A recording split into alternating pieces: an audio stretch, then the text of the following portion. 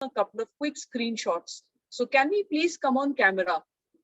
I would request everybody to please come on camera for just a few seconds.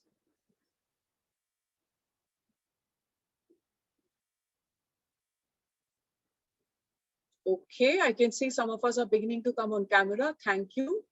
Let's just have some more people doing that. Thank you. I can see a lot of girl students. Please stay on camera. Just give us a few moments. We need more faces to be visible. So please stay on camera. Good. I can see more students now. So I can see Bhavna. I can see Ulkesha. Jayesh, if your camera is on, you're not visible. So Yash, if your camera is on, you've got a screen cover, so you're not visible. Okay, okay. All right, so thank you. Thank you. What we're going to do is this. I'll just tell you very briefly what we're going to cover. So today's is a bit of a reinforcement session, and you'll be happy to know that we're doing this specifically on a customized basis for the students of your school only, because we felt, we have seen from the past how hard your teachers work, principal madam, headmistress madam, she works, all of you work in order to make sure you do your best. So it is our endeavor from VESLARC side to help you with that. That's the reason why we have customized today's session specifically for you. So I'm just going to go into the share screen mode. And Anushka, I'm going to request you for permission, please. Just give me the permission for screen share. Done, ma'am. Okay, thank you. So let me just take you to the first slide. I hope this is visible. Anushka, is this visible?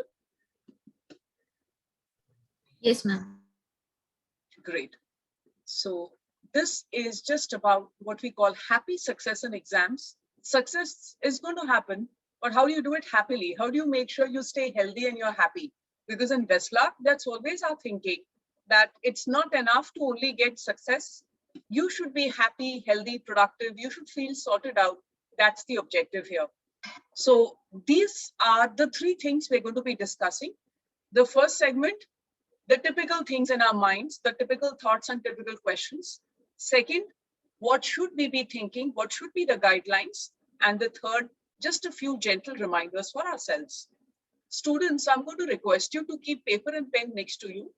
In the next half an hour to 40 minutes, whatever we are sharing, please just jot down at least one thing. I repeat, just one thing at least, which you think is most relevant to you. I'm going to repeat that. Whatever you feel is the most relevant suggestion, please just jot that down, because at the end of the session, we're going to ask you, share that one thing which is most applicable for you, which you want to implement so that you can be happy, and with that happiness and good health, go forward towards success. So this is, I couldn't resist but start with the meme. It might look a little blurred if the internet speed is lagging. There are different kinds of students we all have. There are people who are what we call scholars. In Hindi, we say padhaku. Then there are some who are good at keeping sure some equilibrium is there. And then there are some who wake up at the last minute and they run. A lot of them do manage to catch up. So our endeavor is not just to be in the first category. That's not always necessary, but to be comfortable with whatever we're doing. So the typical questions in the mind which we have at this point of time when your board exam is some weeks away, the first thing is, will the exams be tough? Is it going to be difficult? Then a lot of students who work hard, they tell me, ma'am, we are afraid we may not remember what we've learned. The third thing that comes up for some students I know who are very hardworking and intelligent, time management with exam paper writing. Will I be able to complete the exam? I've lost count as a teacher how many times I find it heartbreaking and sad that there is a student I know is very intelligent and who has attempted maybe 4 questions beautifully, but there was no time to complete the 5th question. So completing the paper.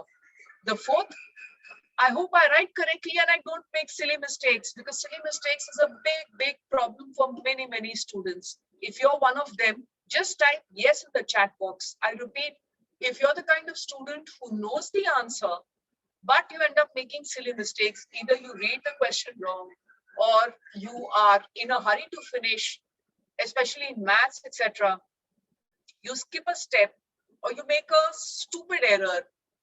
If you're in that category, just type yes in the chat box, please. Okay, I think I can see some answers are coming in. By the way, you can hear some cuckoos in the background, the place where I'm sitting. So there are lots of cuckoos around heralding the advent of summer. So it just tells you that the seasons keep passing and changing. As humans, we stay so limited in our own little worlds, exams, then holidays, then again some studies, again exams. Life just goes on. But the seasons around us tell us that there is a continuity to it. So, okay, I think there are yeses in the chat box. Anushka, just can you share Yes, that with ma'am. me? Yes, ma'am. Okay. Lots of yeses. Okay. So I'm going to suggest a few things for those of us who are in that category of making silly mistakes. And please don't worry. Firstly, it does happen. It happens to a lot of students. It gets better with practice. It gets better with also, I would say, time and maturity. But if you want to be smart, don't wait for time and maturity to come in. Just make sure you practice the right things. The fifth thing is sometimes you are worried. Teachers guide us and give us a lot of instructions. Will I be able to remember all of that? Then sometimes we have some vague fears in our mind that will everything go smoothly? When I'm taking the test, will everything happen properly in terms of the technology, the logistics? And lastly, we worry about the corrections. Now, all of these fears, if you realize, are based in the future. They are future oriented. When I say, will the exams be tough or will the corrections be tough? We need to know all that we control is the now. It's not tomorrow, it is today. It is right now what I'm doing. All those of you who are right now in the session here, you have chosen to be here. Out of all your batchmates, you are the ones who have chosen to be here, which means you get to control what value you're getting from the session. You've already made a decision, and it's a good decision because you're listening to someone who's sharing certain guidelines and suggestions. You may know some of them, you may know all of them, but the reinforcement is still good.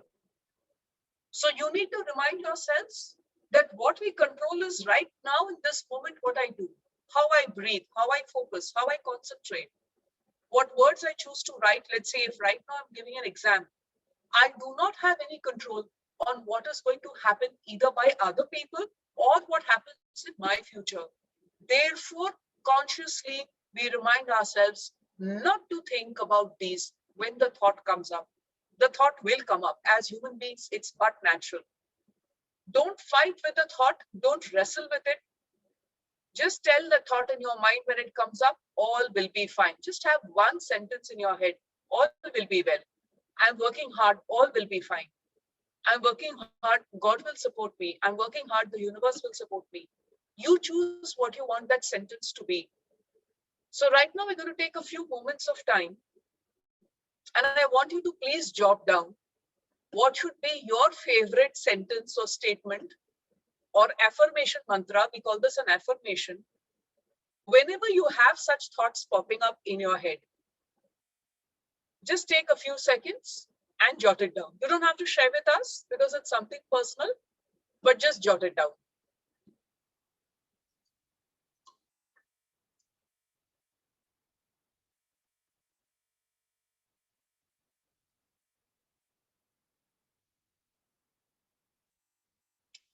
Okay, I'm going to take us ahead from here.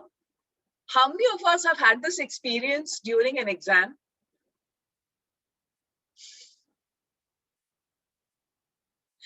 Again, I couldn't help but share this meme because this happens so often to so many students.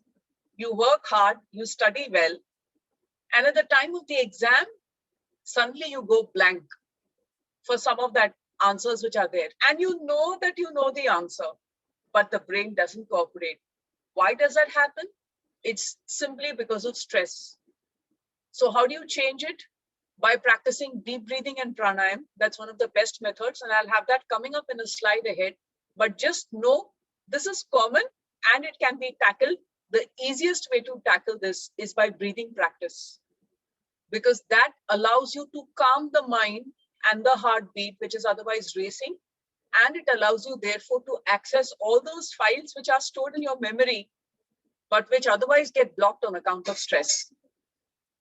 So this was a lovely quotation that I found, which I wanted to share. We all dream big. We learn how to work hard. And after that, we need to surrender and have patience. So for example, I'm sure all of you have got big dreams and goals in life. Maybe you're not sure what exactly you want to do, but all of you want to do something good. You want to earn respect. You want to earn money, perhaps. You want to be successful. Some of you may want to have power. All those things are okay. But then after having the dreams and working hard, we also have to learn patience. And patience does not come easily to many of us. So this is what this quotation reminds us, that there is a time for everything to happen. So therefore, after putting in your efforts, wait for the fruit to ripen. Now let's come to the second segment. What are the guidelines which we should remember? There are just 4 things I want to show you here.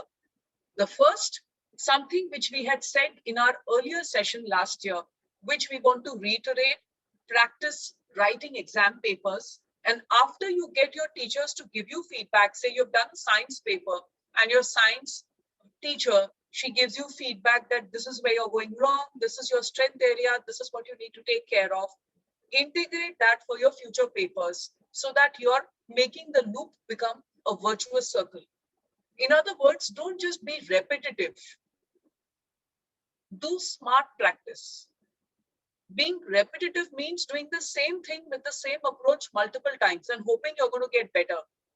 And doing smart practice means every time you do the task, you take feedback from the right people, you ask them for their suggestions and advice, and next time when you're doing that practice, you're improving the level, little by little, you're improving.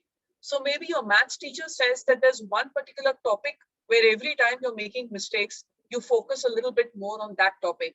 Your social studies teacher says that maybe in geography or in history, you need to focus on a certain thing or a certain way of writing.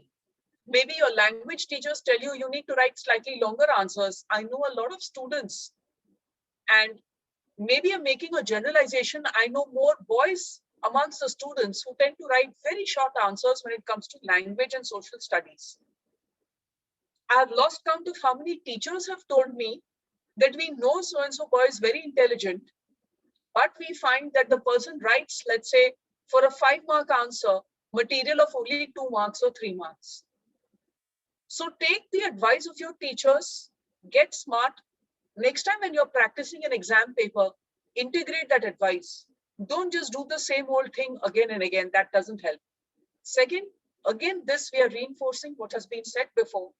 Your schedule for the day has to have proper meal timings, the meal quality, enough sleep, pranayam, exercise, and some sort of mental refreshment.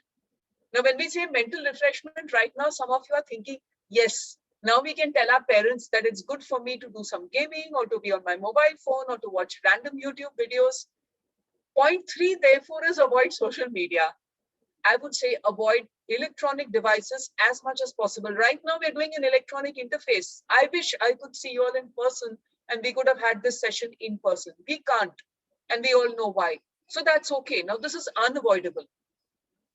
But to the extent we can avoid, let us avoid it. Now, you may ask why. There are multiple reasons. So there is electromagnetic radiation. There is a blue light that strains the eyes. More important, scientists have shown that the way in which the brain functions when you're interfacing with a device is different compared to when you're, let's say, just listening to music or chatting with somebody, or if you like drawing, you're just doing some sketching and doodling in order to get some mental refreshment, or you're playing a game of carom maybe with a sibling or a friend. Those have a different impact on the brain as compared to electronic. Now, given the fact that because of the pandemic from last year, our online interaction and online work has gone up exponentially, we will strongly recommend, based on science, avoid social media as much as you can. So WhatsApp, Facebook, Instagram, anything on social media, if any of you are on Twitch or Reddit, there are so many different sites, please avoid. I'll not say give it up completely. For that, you have to have very much of a determined focus. There are students who do that. There are people who train for Olympics, for example, who are off social media for years. They give up their Twitter accounts and their Instagram pages and all because they want to focus completely on their sports training. So it's all about, in Hindi, we use the word tapasya. It's all about our effort for the exams. If you are at that level, if you're one of those students, I would say give it up completely. If you're not one of those students, that's okay. That's not a problem at all. We would say regulate and minimize. Now, how much is minimize? How many minutes should it be in a day? You're grown up enough to decide that for yourself. But anything which tends to hijack your brain, anything that tends to strain your eyes, anything that takes up mind space and stops you from being completely sharp and laser focused on your studies is not good for you. It's not your friend, it's an enemy. So please avoid it as much as you can, not just for the board exams, I would say even later. A lot of times what happens is parents and teachers as well-wishers will tell the student, bas ye exams ho jane do, uske baad you can do what you want. Now that's not very healthy actually. So from VESLARC side, we're going to give you a higher benchmark. Learn what practice is your friend and what practice or habit is an enemy of yours for your own well-being. And the enemies, keep them at a bit of a distance. The friends, welcome them. So pranayam, welcome it into your life. It's great for you. And the sooner you learn that, the better it is. Exercise, definitely wonderful. Good hobbies. Like we mentioned, there can be so many good hobbies. Even if you can grow a little bit of plants. In Mumbai, we don't have space for gardens and we can't do gardening. But even if you got a tulsi ka pauda at home, or you can grow a little bit of sprouts, or you have that gauthi tea, etc. Spend some time doing something that's healthy. You're going to find you're healthier, happier, you're better at your studies than otherwise. Point 4, this is something very important, students.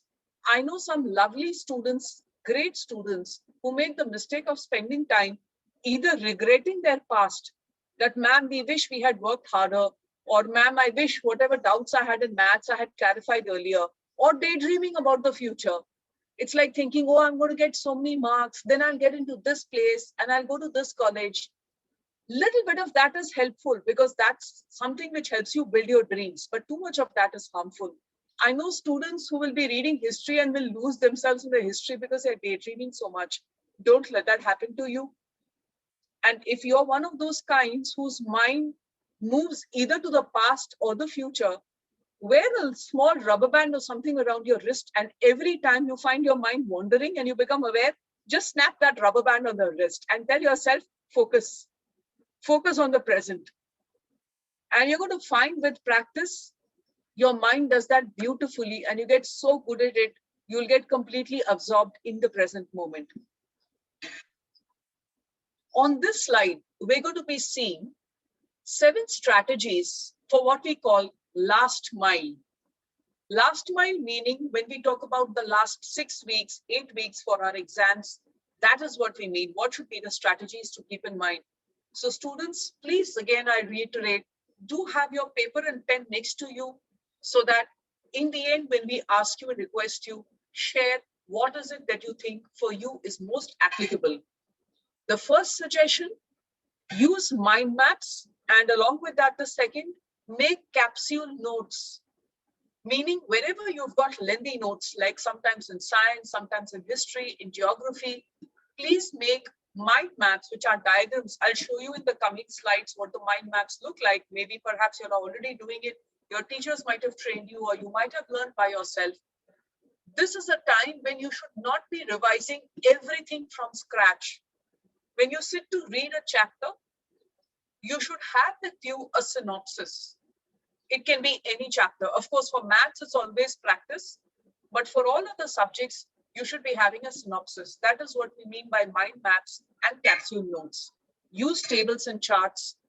And number 4 is especially important for some students who tend to ignore things which are scoring in easy, but which are learned differently. So for example, dates in history, map work in history, maybe in geography, there is some map work or there are practical exams. Now the strategy for these Your teachers have already told you, they've already guided you in the last whole year. Please make sure you don't neglect and ignore this point.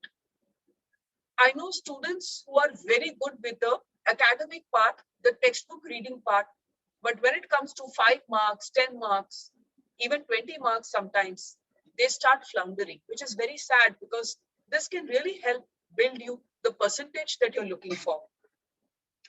Number 5 is something we've already talked about to you all in our earlier session. I'm still going to reinforce.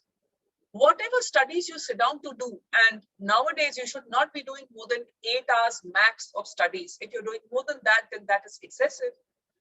Please use the ROTI technique, meaning return on time invested. What does that mean? When you sit to study any subject, look at the clock, see the chapter in front of you and ask yourself, in the next 1 hour, what am I going to finish? Be clear in your mind about what is the outcome you're looking for at the end of that duration. Instead of 1 hour, if it is 30 minutes, 45 minutes, 2 hours, you decide. There are some students who can go on for a long time with one chapter, and there are some students who get bored fast. They need to switch. Please note, both strategies are fine. Just because you stay absorbed in one thing doesn't mean your brain is superior, and just because you're someone who jumps from subject to subject doesn't mean your brain is inferior. Our brain wiring is different for different people. Understand that and work with it. The next thing, don't avoid what seems to be difficult. A lot of students make this mistake. If they don't like a particular subject, maybe a language or social studies, whatever it is, they want to avoid the revision. Don't do that. Do it first. And practice teaching a family member. This is just a fun tip that I'm sharing with you. If you want to be really thorough with something, catch hold of a sibling if you've got a brother or a sister, or catch hold of your parent or someone at home, or maybe a neighbor or a friend. Do a pretend teaching to them as if they want to learn the concept and you're helping them understand the concept. It can be anything. It can be your science, your maths, your history. It can be anything at all. So just try doing that. This is an example of a mind map. So I've just taken a chemistry mind map here, where you put in the center the topic, which happens to be your chemical reactions. And then you just make different circles or different examples of different kinds. So you can see here there are 6 kinds of chemical reactions where you have some definition given and an example for each. Now you can make your own mind maps, and it doesn't need to be so colorful. You can just, I used to make my mind maps in normal ink, like normal pens, but different people have multiple techniques, to each his own. This is an example of capsule notes. So for example, if you are studying something in biology, you actually just have one page with whatever diagram you need and point forms telling you that this is what it is. Now, this is just a random example I've taken. You could be using in making capsule notes for whatever subject you feel, where there's a lot of data, a lot of facts, and you might find yourself struggling to remember the facts. Make capsule notes. These work beautifully.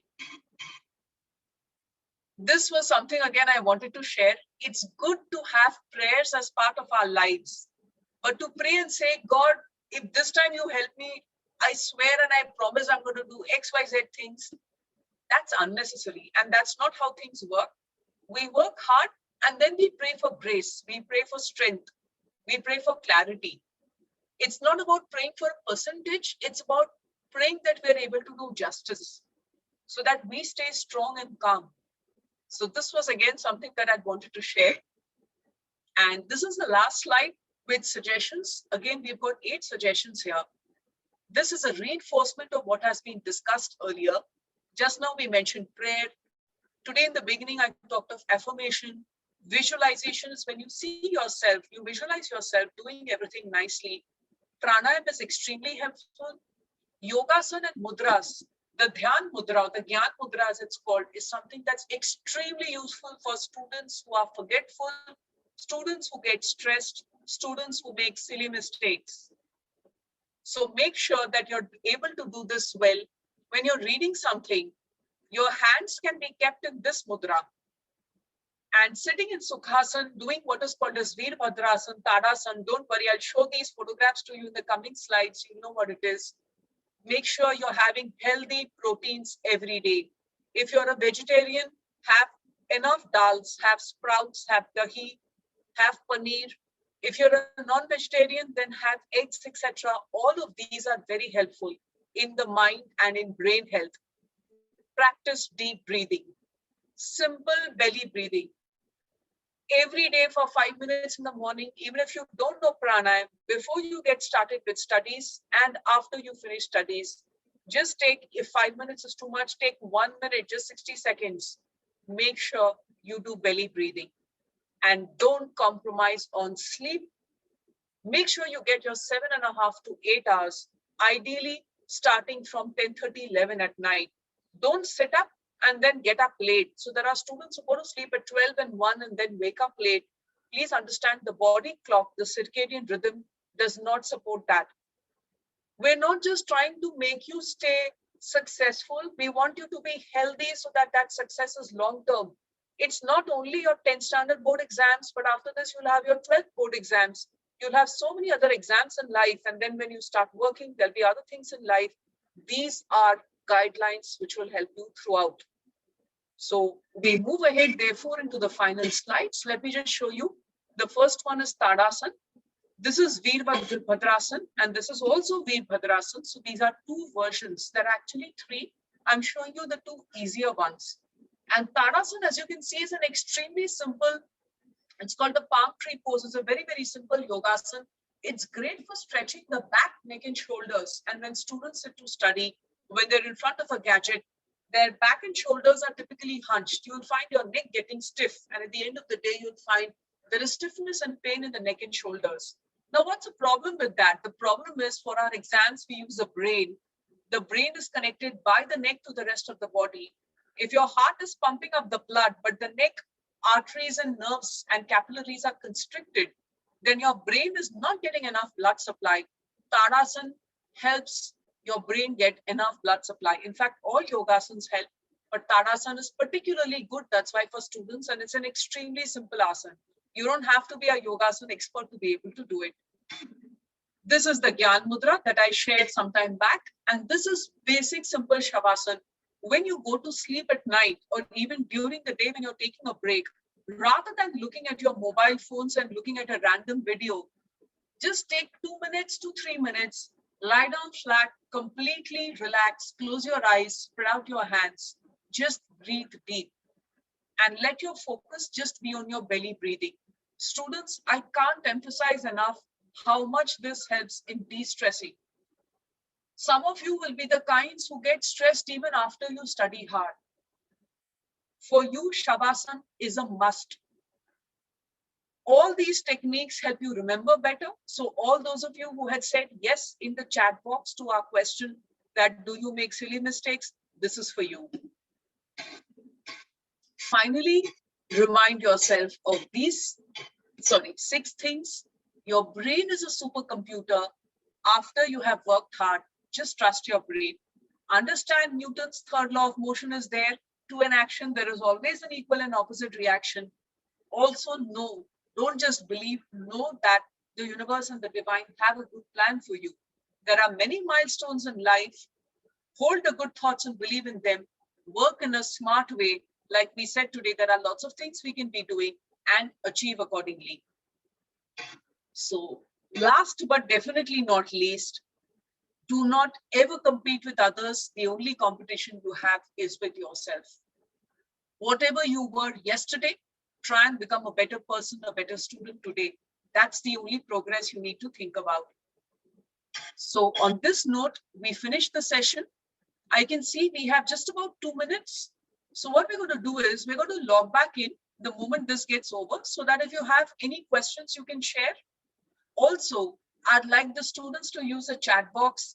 Please share one thing that you think is useful from all the tips which we have shared just now in the last half an hour. Please share one thing which you are going to try and practice.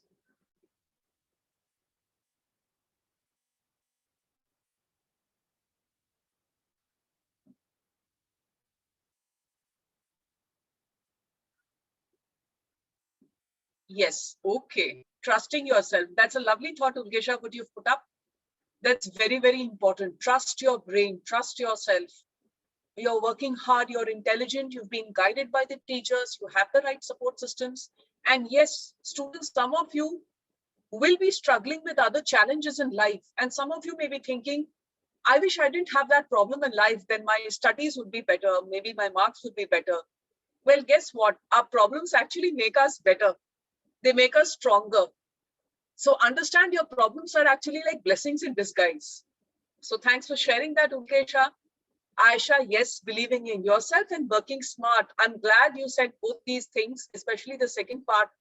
Like we said, don't just repeat your old actions. Make sure you're working smart. Okay, so we have less than a minute and we're just going to log back in so that in case students